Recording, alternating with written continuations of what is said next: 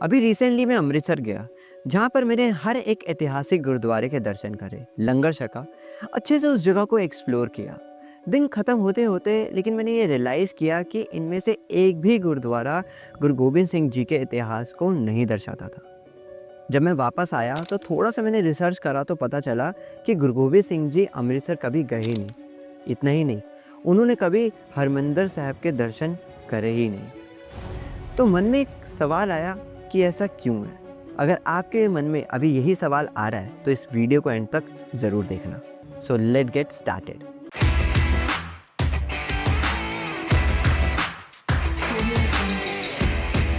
तो इस वीडियो में आगे बढ़ने से पहले मैं एक रिक्वेस्ट करना चाहूँगा कि अगर आप इस चैनल पे नए हैं तो अभी चैनल को सब्सक्राइब ज़रूर कर लीजिएगा, क्योंकि मैं और मेरी टीम काफ़ी मेहनत कर रहे हैं ये वीडियोस बनाने में।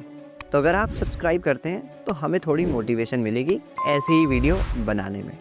तो इस सवाल का जवाब देने से पहले मैं एक इंसान की बात करना चाहूँगा जिसका नाम है पृथ्वीचंद। ये गुरु रामदास जी का बड़ा बेटा था, जो गुरु गद्दी को हर कीमत में पाना चाहता था, और उसका ये लालच गुरु रामदास जी ने कहीं ना कहीं महसूस कर लिया था, जिसकी वजह से उन्होंने अपनी गद्दी उसको ना देते हुए अपने छोटे बेटे गुरु अर्जन देव जी को दी।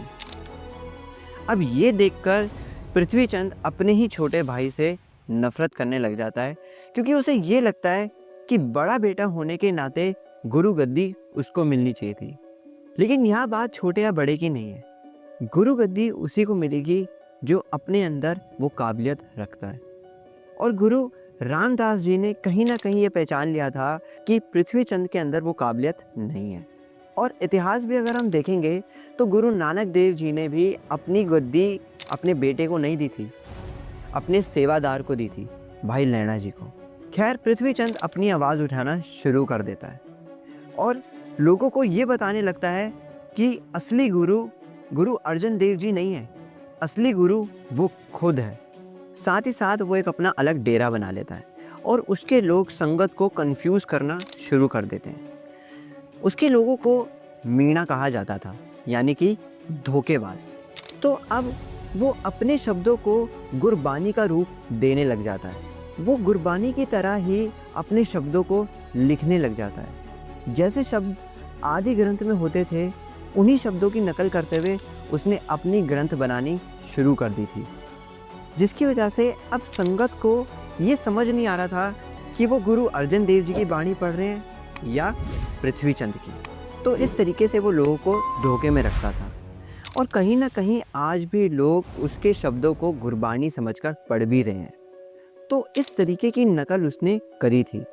अब अगर हम एक छोटा सा कंपैरिजन करें कि उसके शब्द में और गुरु साहिबानों की गुरबानी में क्या फ़र्क था, तो सबसे पहले आप ये समझेंगे, अगर आप दोनों ही शब्दों को एक साथ पढ़ते हैं, कि पृथ्वीचंद के शब्दों में वो सिर्फ अपनी तारीफ़ करता था, वो सिर्फ अपनी पोजीशन को जस्टिफाई करता था, जहाँ पर वो ये बताता था कि वही सच्चा गुरु है और गुरु अर्जन देव जी नकली गुरु हैं।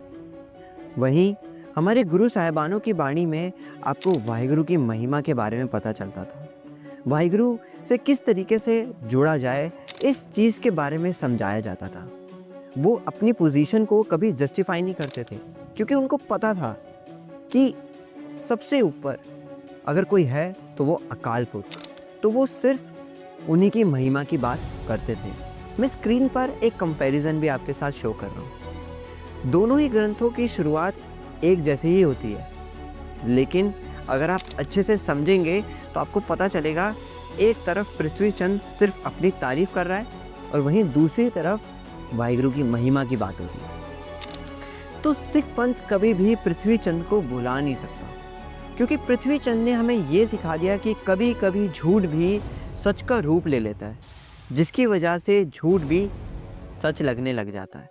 तो खैर, इन सबके बावजूद गुरु अर्जन देव जी को ये पता था कि आदि ग्रंथ को कंप्लीट करना बहुत ज़रूरी है, नहीं तो पृथ्वीचंद आदि ग्रंथ के अंदर भी फेरबदल कर सकता है, जिसकी वजह से वो वड्डाली चले जाते हैं। और इसके बाद पृथ्वीचंद पूरे अमृतसर पे कब्जा कर लेता है और किसी भी गुरु को अमृतसर आने नहीं देता, क्योंकि उसे पता था जिस दिन सच्चे पातशाह अमृतसर में कदम रखेंगे उसका झूठ पकड़ा जाएगा। और शायद इसलिए पृथ्वी चंद ने गुरु हरगोबिंद साहब जी को 2 बार जहर देकर मारने की कोशिश भी करी। पृथ्वी चंद के बाद उसका बेटा मेहरबान नकली गुरु बना और मेहरबान के बाद हरजी नकली गुरु बना। इस तरीके से उन्होंने कभी भी किसी भी गुरु साहिबानों को अमृतसर आने नहीं दिया। गुरु गोबिंद सिंह जी से पहले 8वीं पातशाही गुरु हरकृष्ण साहब जी भी अमृतसर जाना चाहते थे, लेकिन उन्हें आने नहीं दिया जाता। उन्हें हरमंदिर साहब के दर्शन करने नहीं दिया जाता। तो अब सवाल यहाँ पर यह है कि गुरु गोबिंद सिंह जी अमृतसर क्यों नहीं गए? क्योंकि हम सबको ये पता है कि गुरु गोबिंद सिंह जी एक बहुत बड़े सूरमा थे। अगर वो चाहते तो उनको अमृतसर जाने से कोई रोक नहीं सकता था, लेकिन वो फिर भी वहाँ नहीं जाते, हरमंदिर साहब के दर्शन नहीं करते, क्योंकि उनको पता था कि गुरु गद्दी की राजनीति में फंसकर उन्हें कुछ नहीं मिलेगा। क्योंकि यहाँ पर उनकी सबसे बड़ी जंग दिल्ली के शहंशाह के साथ थी, औरंगजेब के साथ थी। अगर वो इस राजनीति में फंस जाते तो शायद हो सकता था कि औरंगजेब उन पर हावी हो जाए, और वो ऐसा नहीं चाहते थे। इसलिए उन्होंने अमृतसर जाने की जगह पर औरंगजेब का सामना करना चाहा, क्योंकि वहीं से खालसा पंथ को असली आज़ादी मिलेगी। अब अमृतसर में चाहे गुरबानी पढ़े या फिर कहीं और, गुरबानी नहीं बदलती। गुरबानी हर जगह वही है। जो गुरु ग्रंथ साहिब जी का प्रकाश मेरे एरिया के लोकल गुरुद्वारे में हो रहा है, वही प्रकाश हरमंदिर साहब में भी हो रहा है। तो इसलिए हरमंदिर साहब आज हरमंदिर साहब इसलिए क्योंकि वहाँ पे गुरु ग्रंथ साहिब जी का प्रकाश होता है। अगर गुरु ग्रंथ साहिब जी वहाँ से निकाल दिए जाएं तो शायद वो सिर्फ सोने की दीवारें बनकर रह जाए। इसलिए गुरु गोबिंद सिंह जी अमृतसर नहीं गए। तो अगर वो चाहते तो वो अमृतसर भी जाके रहते। सो अगर आपको ये वीडियो थोड़ी सी भी इंफॉर्मेटिव लगती है तो अपने दोस्तों के साथ शेयर करना, इस वीडियो को लाइक करना एंड अपने ओपिनियन को कमेंट सेक्शन में शेयर ज़रूर कर सकते हैं। सो फॉर मोर बानी like this, subscribe this channel now.